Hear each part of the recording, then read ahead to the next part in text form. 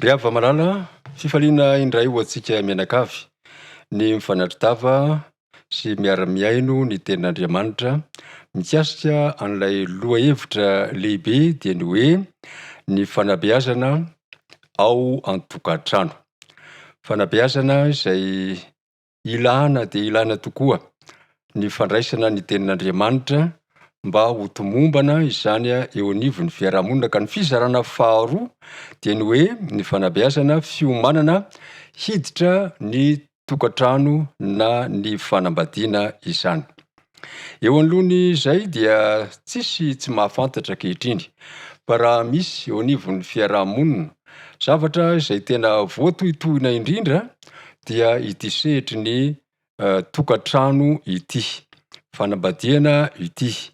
Ka ilaina dia ilaina tokoa ny fanabeazana ny tena mialoha mba ahazoana miditra ao anatin'ny tokantrano, voaomana tsara efa nahazo ny fanabeazana ilaina ho amin'izany. Noho izany dia angataka amin'Andriamanitra indray ny fahendrena isika ary hivavaka mba ahazoantsika ny tari-dalana ilaina hiditra amin'izany tokantrano izany.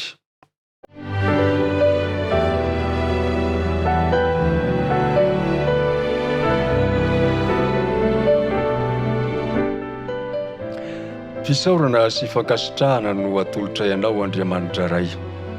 Raha nomenao anay ity fizarana faharoa ny amin'ny dinika momba ny fanabeazana ny tokantrano ity ary resahana indrindra ny fiomankomanana mba hiditra eo amin'ny sehitry ny fanambadiana.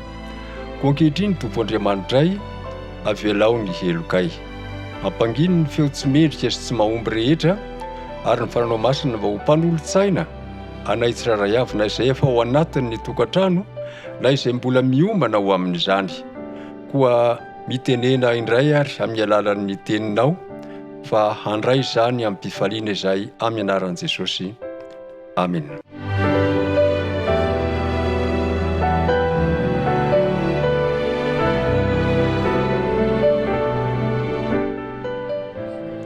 Raha ny fanomanana hiditra ny tokantrano no jerena rehefa malala dia tsara foana ny miainga avy any amin'ny loharanon'ny poirany nanorenan'Andriamanitra ny tokantrano isika.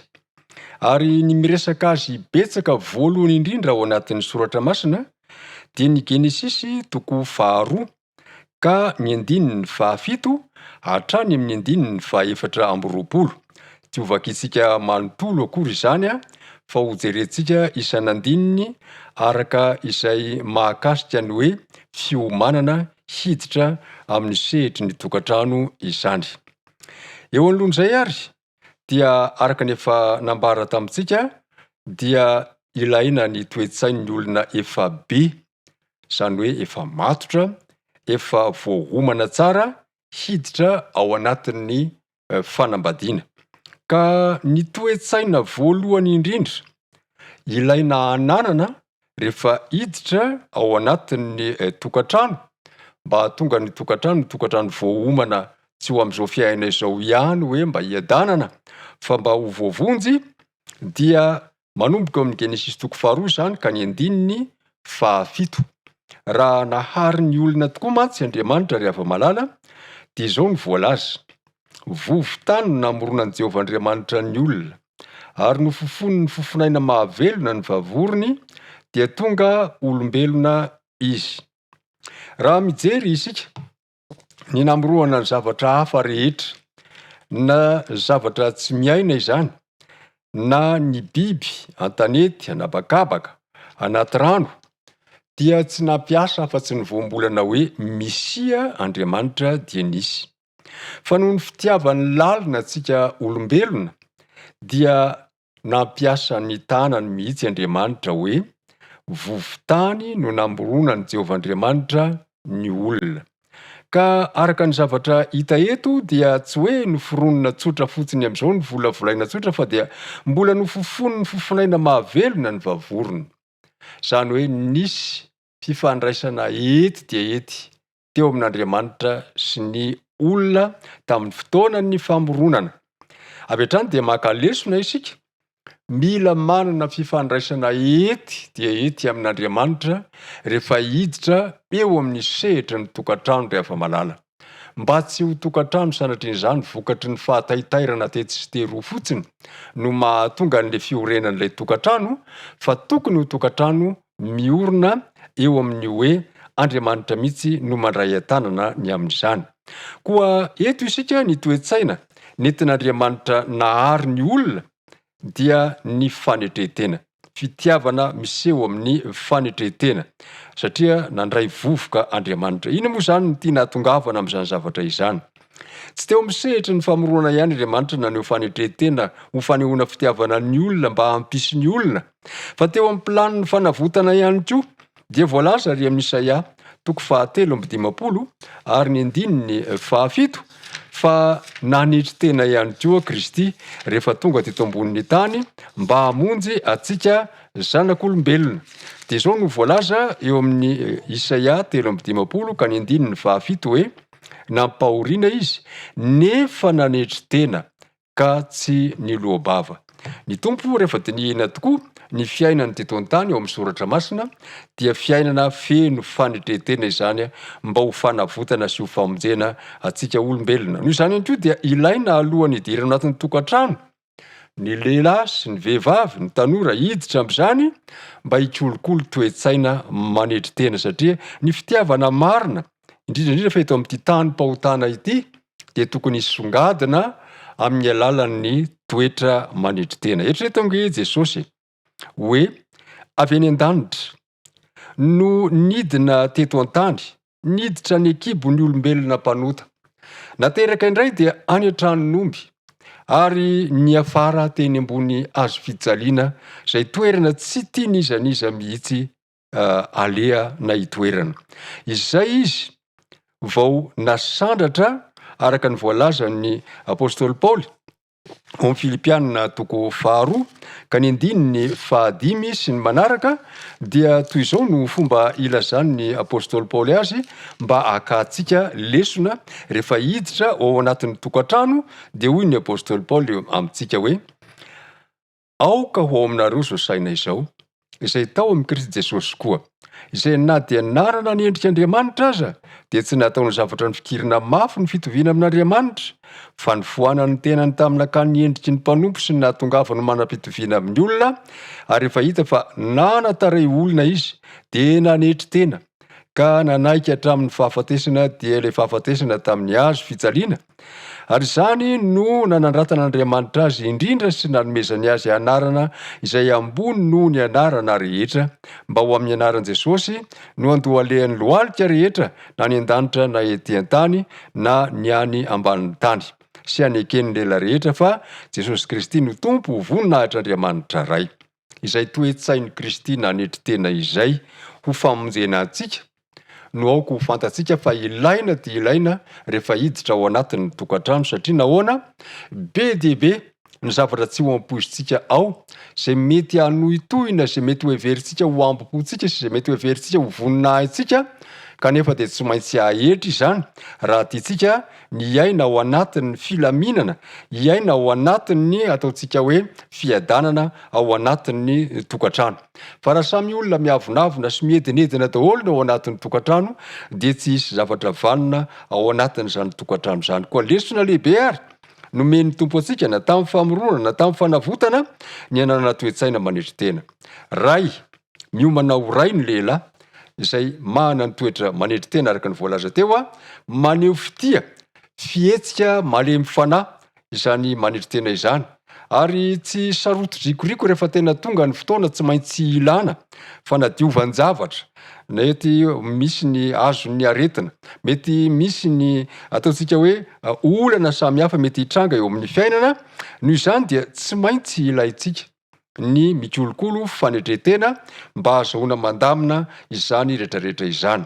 Ary rehefa manana toe-tsaina manetri-tena ianao, na lehilahy na vehivavy hiditra ao anatin'ny tokantrano, dia atsiaro sambatra ny vadinao, atsiaro sambatra ny zanakao, satria olona mahateo ity izany antsoina hoe olona manetri-tena izany. Ary izay toe-tsaina izay koa no ilaina ho hitan'ny ankizy eo amintsika ray aman-dreny mba tsy hahatonga azy ho sanatr'izany ho zanaka miavonavona sy ny hafa ihany koa. Eo anatren'izay ary dia toe-tsaina mpanompo koa mantsy ny antsoina hoe fanatretena. Ka rehefa ao anatin'ny tokantrano ao isika ka omen'Andriamanitra fahasoavana anana zanaka dia aoka ampianarina hanompo tahaka ny ahitany antsika manompo ny zanantsika. Ka izao no voalaza ao amin'ny Malakia toko 13 ary ny andininy 17:10. Mahafinaritra io fanambarano ny mpaminany Malakia io mikasika ny toe-tsaina hoentina mifampikarakara ao anatin'ny tokantrano, manao hoe ary ho rakitra sy ho ahy ireny amin'ny andro izay ho tendreko hoy Jehovah tompony maro, ary ho antra azy aho toy ny olona antra ny zanalahy izay manompo azy. Ny fanompoana tokoa mantsy dia isan'ny nampiavaka an'Andriamanitra hatrany amin'ny famoronana. Ary rehefa tonga teto ambonin'ny tany Jesosy dia diso fantatsika loatra ilay teniny mahafinaritra sady mampieritreritra hoe ny zanak'olona tsy tonga mba ho topoina fa mba hanompo ahazahoana famonjena ho antsika olombelona. Ka dia toa an'Andriamanitra ary tahaka an' Jesosy ary nanetry tena sy nanompo dia misy ilaintsika dia ilaintsika tokoa izany antsoina hoe toe-tsain'ny fanetretena sy fanompoana izany ao anivon'ny fiarahamonina ao. Ary sambatra ny ankohonana izay manana toe-tsaina toy ny an'i Jesosy, tia, mateo tia, manetry tena, manompo.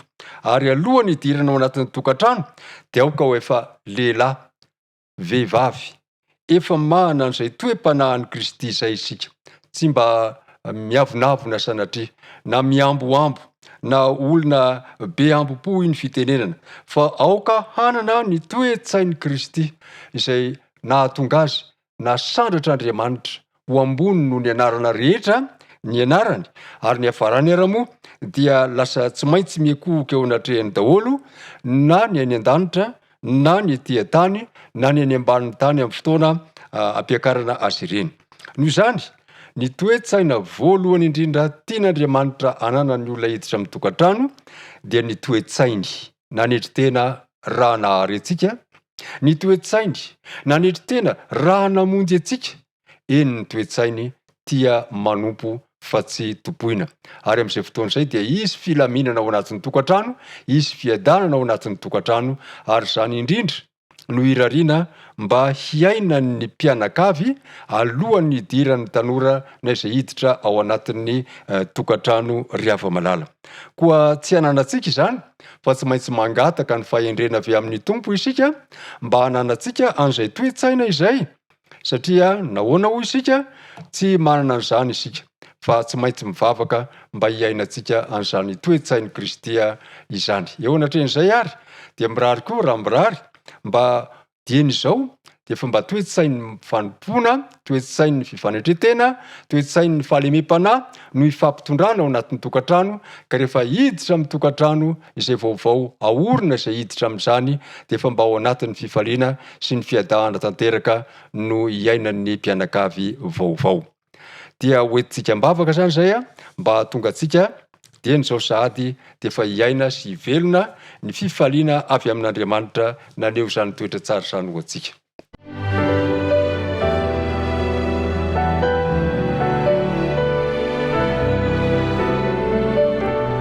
Manatitsaotra sy fidiranao izay Tompo malala, tsy takatry ny sainay tokoa mantsy ny alehibe ny fitiavanao, fa raha nahary ianao ny razam-benay dia nandray vovoka ary namolavola izany, mbola notohofinao indray ny vavorona ka nomenao fofinaina mahavelona. Mba hanananay izany toetra izany ihany koa dia naneho ohatra ny amin'izany ianao Jesosy rehefa teto ambonin'ny tany, ka nanetry tena hatrany amin'ny fahaterahana any an-tranon'omby, ary tsy nanana dia izay hametrahana ny loha akory aza teto amin'ity tany ity, ka ny afara teny ankazo fijaliana. Fa netry tena lalina loatra izany Tompo, tsy takatry ny sainay, ary mamindrafo aminay ka mamelany elokay noho ny toe-tsaina misy avona eo amin'ny fiainanay, ary ampianaro izay amin'ny alalan'ny fananao masina mba hakatahaka ny toetra sy ny fomba tsara izay efa nanananao hatrany amin'ny voalohany ary mbola nananao ambaraka ankehitriny hoentina manomorona sy manavitra anay. Koa dia ampitoera amin'ny tokantrano mandray izao dinika izao ny toe-panahy mendrika ny fanetretena sy ny fitiavana omba mipaly mi-panahy. Dia ho anao mivonahitra mandrakizay amin'ny anaran'i Jesosy. Amen.